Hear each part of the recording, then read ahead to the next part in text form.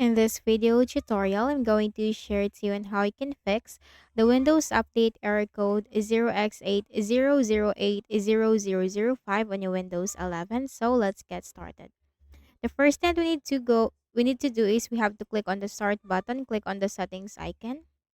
Then we have to click on system on the left pane. Then we have to scroll down and click on troubleshoot.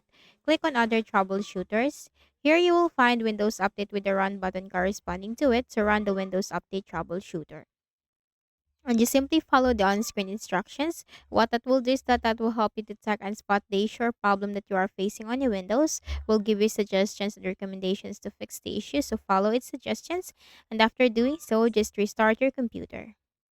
So if this video is valuable, do not forget to hit the like button and subscribe to this YouTube channel so we can produce more useful tutorials for you. Next method is we can also run some commands to reset the components. So go to the Windows search bar and then here you have to simply type CMD. On the right pane, you have to click on Run as Administrator. So once the command prompt window is opened, you have to run this command one by one. This will be shared in the description section of this video. So you have to copy each command one by one, Control C to copy, and then paste it right here, Control V, paste, and hit enter. Okay? Then you have to copy the second command and then paste it here, then copy the third command and so on. So these commands will be posted in the description section of this video. And you have to run these commands one by one right here in the command prompt, okay? And after doing so, right-click at the Start button, shut down or sign out, and restart your Windows. Next method is we need to go to the Windows search bar and type Services. We need to check some services. Click on Services under the Best Match.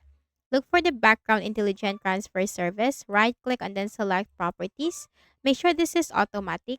Service status, if this is not running, click on Start, Apply, and then OK. Then click on the Restart option on the left pane.